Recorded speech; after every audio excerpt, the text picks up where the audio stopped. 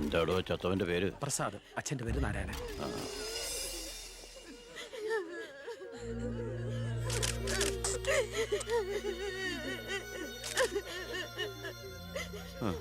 പ്രസാദിന്റെ അച്ഛൻ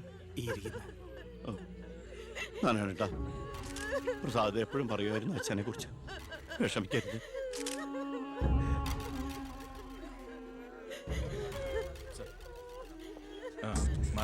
excuse me sir, പ്രസാദിന്റെ കൊലപാതകത്തെ കുറിച്ച് എന്തെങ്കിലും? പ്രസാദിന്റെ മരണം കേട്ടപ്പോൾ ഞാൻ ഞെട്ടിപ്പോയി. പാർട്ടിക്ക് നഷ്ടപ്പെട്ടത് ചൂട് മുശിരുള്ള ഒരു സജീവ പ്രവർത്തകൻ. പാർട്ടിയുടെ സജീവ പ്രവർത്തകൻ ചുളുവിൽ ഒരു രക്തസാക്ഷി ഉണ്ടാക്കിയെടുക്കുക. ആ പാവത്തിന് രാഷ്ട്രീയം എന്താണെന്ന് അറിയുമല്ല. എന്താ സാർ, കൊലപാതകയെ കുറിച്ച് വല്ല തുമ്പും കിട്ടിയോ? പട്ടാ പകൽ എല്ലാവരുടെയും മുമ്പിലിട്ട് എന്നിട്ടും പ്രതിയെ പിടിക്കാൻ പോലീസിന് കഴിഞ്ഞില്ലെന്ന് വെച്ചാൽ നാണക്കേടാണ് സാർ. താൻ എന്തിനാ എന്റെ അടുക്ക ചൂടാവുന്നേ? അധികാരമുള്ളവർ പറയുന്നത് അനുസരിക്കാൻ എനിക്ക് കഴിയൂ. അധികാരമുണ്ടോ എനിക്ക്? എങ്കിൽ താൻ പറയുന്നത് അക്ഷരം പ്രതി അനുസരിക്കാൻ ഞാൻ. രാജ്യത്തിന്റെ തന്നെ അഭിമാനമാണ്. എടോ, കൊലപാതകയെ പറ്റി വ്യക്തമായ സൂചന എനിക്ക് ലഭിച്ചിട്ടുണ്ട്. എങ്കിൽ പിന്നെ സാറിനെ അവരെ അറസ്റ്റ് ചെയ്തൂടെ? വെറുതെ അറസ്റ്റ് ചെയ്തിട്ട് കാര്യമൊന്നുമില്ല. സാക്ഷികൾ വേണം. അല്ലെങ്കിൽ കോടതിയിൽ നിന്ന് പുല്ല് പോലും ഇറങ്ങിപ്പോരും. സാക്ഷി പറയാൻ ആളുണ്ടാവണം. ആരും ഉണ്ടാവില്ല. ഉണ്ടെങ്കിലോ അധികാരികളുടെ ഒക്കെ ഉത്തരവിന് മേലെ നിന്നുകൊണ്ട് ഞാൻ പ്രതിയെ കസ്റ്റഡിയിൽ എടുക്കാം. ശിക്ഷ വാങ്ങിക്കൊടുക്കാം. കുട്ടികളുടെ മുന്നിലിട്ട് കുട്ടികളുടെ ഷോക്ക് ഇതുവരെ വിട്ടുമാറിയിട്ടില്ല.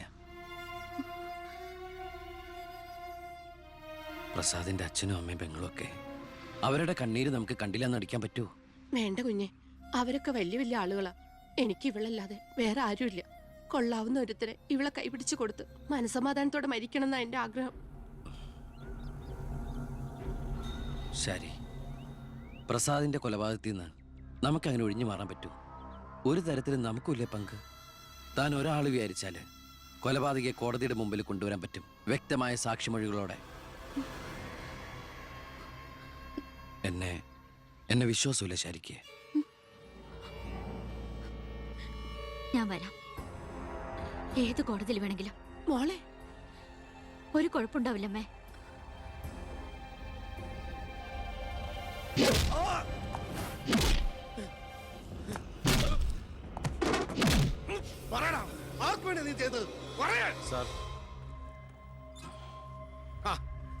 ഇവനാണ് മുഖ്യപ്രതി, വെട്ടൂർ ശിവൻ.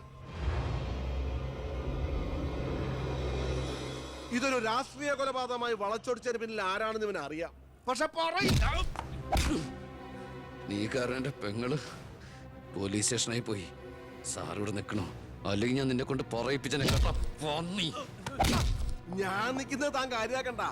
കൊടുക്കടോ. തന്റെ പെങ്ങളെ കെട്ടായിരുന്നവനല്ലേ ഇവൻ കൊന്നത്.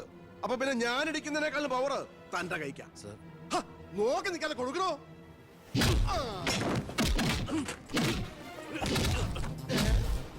തിരിച്ചടിക്കാൻ എന്റെ അച്ചു വീടോ? ഇടിച്ചു തന്നെയോ? ഇടിക്കടോ.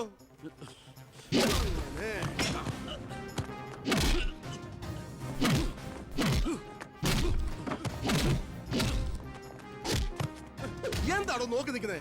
ആ ട്യൂബ് മാറ്റിയിടാൻ പറഞ്ഞത് എത്ര ദിവസമായി? പോയി മാറ്റിട്ടോ.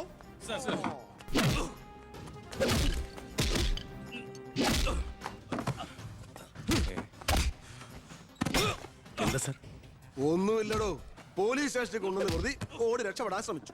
പിടികൂടിയപ്പോ പറ്റിയ മുറിവുകളാണ് ദേഹത്തെന്ന് FIR എഴുതി ചേർത്ത്.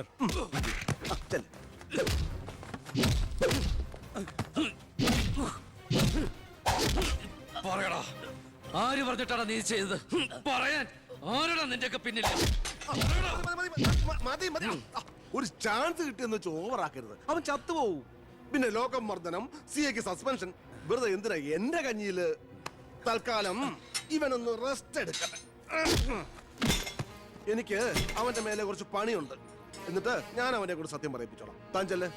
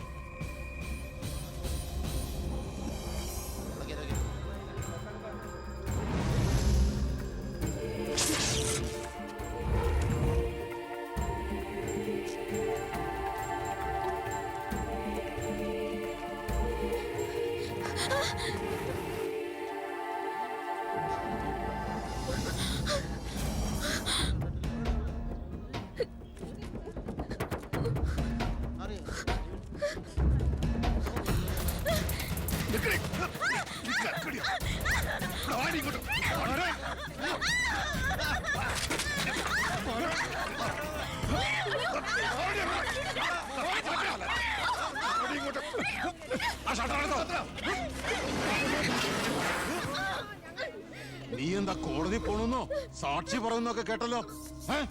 ശരിയാണോടി? നീ കണ്ടതല്ലേ കൺമുമ്പിൽ വെച്ചൊരു പാവത്തിനെ കുത്തി നുറുക്കിയത്? നിനക്ക് ജീവിക്കണമെന്ന് ആഗ്രഹമില്ലേ? നിന്നെ പോലെ ഉള്ളവരാടി ഞങ്ങളെയൊക്കെ വീണ്ടും വീണ്ടും വഴിതെറ്റിക്കുന്ന. പേടിച്ചു പോയോ? ഞാൻ അങ്ങനെയാ, പെട്ടെന്ന് വയലന്റ് ആയി പോകും. മോള് കോടതി പോണം. ഒന്നും കണ്ടിട്ടില്ല, ആരാണെന്ന് അറിയില്ല, അങ്ങനെ സാക്ഷി പറഞ്ഞാ മതി.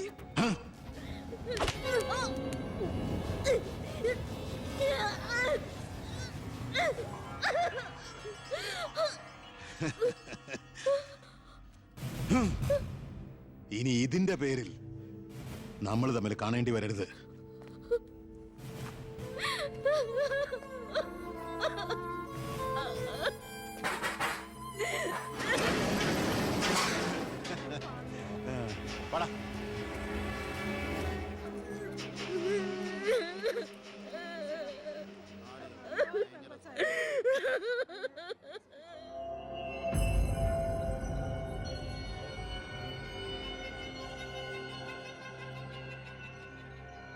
രണ്ടുപേരോട് 1000 വട്ടം ഞാൻ പറഞ്ഞതല്ലേ, കല്യാണ പ്രായ പെണ്ണ. ഇനി ആരിവളെ എല്ലാം തൊലച്ചില്ലേ? അതിനിപ്പോ ഒന്നും സംഭവിച്ചില്ലല്ലോ. ആര് വിശ്വസിക്കും? ഇത്രയും പേരുടെ മുന്നിൽ വെച്ച് മറുപടി പറഞ്ഞു പറഞ്ഞു ഞാൻ മടുത്തു. എങ്ങനെ ആശ്വസിപ്പിക്കണ്ടെന്ന് എനിക്കറിയില്ല. ഈ സമയത്ത് പറയുന്നത് ശരിയാണോന്നും അറിയില്ല. ഒരു സഹതാപത്തിന്റെ പുറത്ത് ചോദിക്കുന്നതല്ല, എനിക്കിഷ്ടമാണ് അവളെ. ഞാൻ നോക്കിക്കോളാം, പൊന്നുപോലെ. രാഷ്ട്രീയ കുടുംബമല്ലേ, അവസരത്തിനൊത്ത് പലതും പറയും, നാളെ അത് മാറ്റിയും പറയും.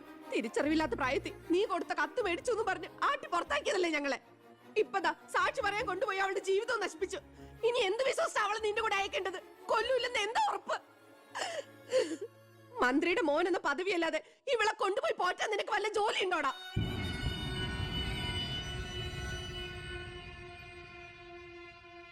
ഇനി മേലാൽ ഇമാതിരി വർത്താനം പറഞ്ഞ് ഈ വീടിന്റെ പരിസരത്തെങ്ങാനും വന്ന ദേവകിയുടെ ശരിക്കുള്ള സ്വഭാവം നീ അറിയും. അമ്മേ, നീ ഒന്നും ഉണ്ടായിരടി. ഇറങ്ങി പോകുന്നുണ്ടോ?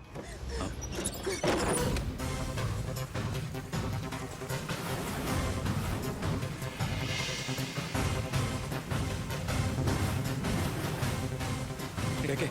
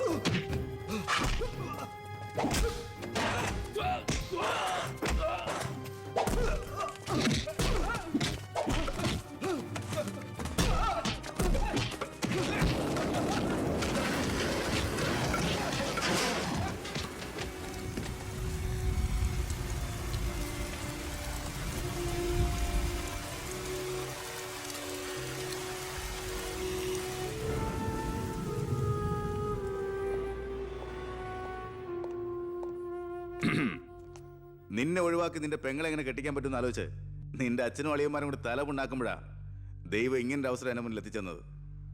ആദ്യം നിന്നെ സപ്പോർട്ട് ചെയ്യുന്ന CI വിജയനെയും ഗ്രൂപ്പിനെയും ഒരു അന്വേഷണത്തിന്റെ ചുമതല കൊടുത്ത് ഞാൻ സേലത്തേക്ക് അയച്ചു. ഇനി ഇവിടെ വെച്ച് നിനക്ക് രണ്ട് തന്നാലും കൊന്നാലും ചോദിക്കാൻ ആരുമില്ല. പക്ഷെ എന്ത് ചെയ്യാൻ പറ്റും? നീ എന്റെ അളിയനാകാൻ പോലെ. ഒരേ ഒരു അളിയൻ. ഒരു പ്രതിയെ പിടിച്ചാൽ 24 മണിക്കൂറിനകം കോടതിയിൽ ഹാജരാക്കണമെന്ന നിയമം. പക്ഷെ നിന്റെ കാര്യത്തിൽ ഞാൻ പറയുന്ന റൂൾസ്. എന്തായാലും എന്റെ കല്യാണം കഴിയുന്നവരെ അളിയനെ ഈ മുക്കയും ക്യാമ്പിൽ തന്നെ കിടന്നു എന്റെ ഈ കല്യാണക്കുറിയും വായിച്ചോണ്ട്. എന്നാ പിന്നെ കല്യാണത്തിന് ശേഷം തറവാട്ടി നമുക്ക് കാണാം. വരട്ടടാ അളിയ.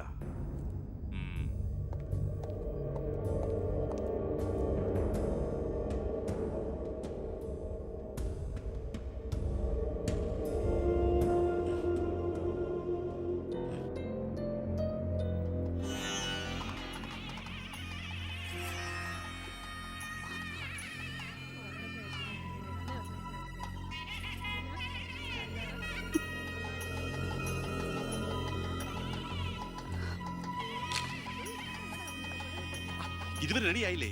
വരനും കൂട്ടിൽ ഇപ്പൊ ഇങ്ങ് എത്തും. പവിത്ര, ഉണ്ണിയെ കുറിച്ച് വല്ല വിവരവും കിട്ടിയോ? ഫോണിൽ കിട്ടിയപ്പോ ഞാൻ വിവരം പറഞ്ഞതാ. അവനെന്തോ തിരക്കിലാണ്, വരാൻ പറ്റില്ലെന്ന് പറഞ്ഞു. അത് ശരി. സ്വന്തം പെങ്ങളുടെ കല്യാണത്തിനെന്ന് അവന്റെ ഒരു തിരക്ക്. അവനിങ്ങ് വരട്ടെ. പബ്ലിക് വല്ല അടിച്ചു കയറുന്ന ഓഡിറ്റോറിയം ഇപ്പൊ തന്നെ ഫുൾ. അതൊക്കെ ഞാൻ നോക്കിക്കോളാം. വേറെ കുഴപ്പമൊന്നുമില്ലല്ലേ? മകളെ എല്ലാം റെഡിയാ? കുഴപ്പമൊന്നുമില്ല അല്ലേ? അച്ഛൻ ടെൻഷൻ അടിക്കാതെ. 2-3 VIP സീറ്റുകൾ ഒഴിച്ചിടണം. കേന്ദ്രമന്ത്രി വിശാൽ ശർമ്മ എയർപോർട്ടിൽ എത്തിക്കാനായിട്ടു. ഓക്കെ.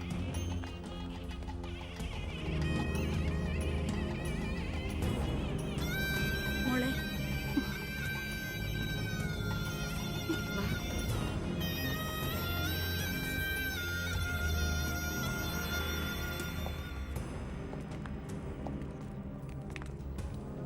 7 ദിവസം മുഖ്യം ക്യാമ്പിൽ കടത്തിയിട്ട് ജഡ്ജ്മെന്റ് പറഞ്ഞു കേട്ടില്ലേ, ഇന്നലെ ഉച്ചയ്ക്ക് കസ്റ്റഡിയിലെടുത്താണെന്ന്.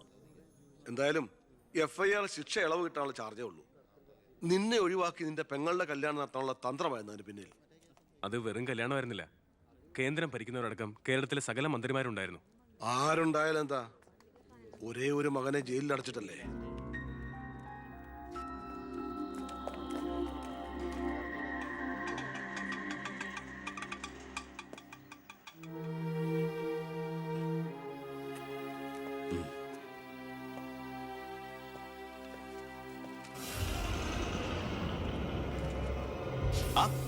ഇതാര്? അളിയോ?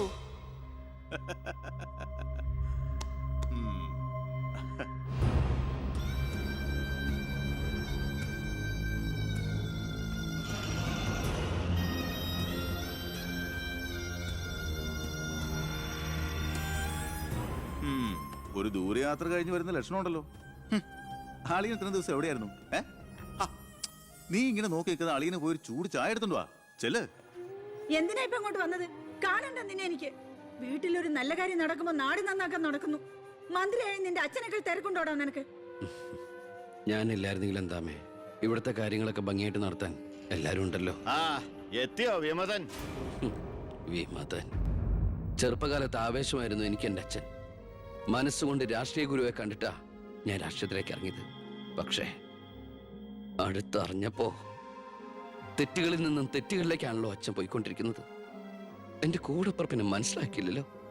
വളരെ വിഷമമുണ്ട്, സഹതാപമുണ്ട്.